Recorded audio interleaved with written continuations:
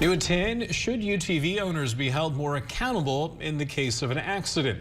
That's the question that sparked much discussion and debate at tonight's Hannibal City Council meeting. Pro Tem Mayor Mike Dobson said he was contacted by an insurance agent. The agent explains that full coverage right now for side-by-side accidents in the case of medical, property, or vehicle damage caps at $25,000.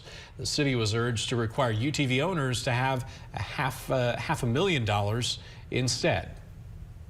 He felt as though the $25,000 in property damage didn't go, far enough for protection for, themselves and also for anyone that they might be in an accident with.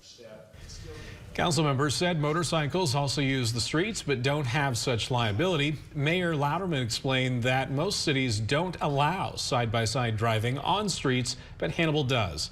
The council plans to discuss it again at the next meeting. That's for a possible decision then.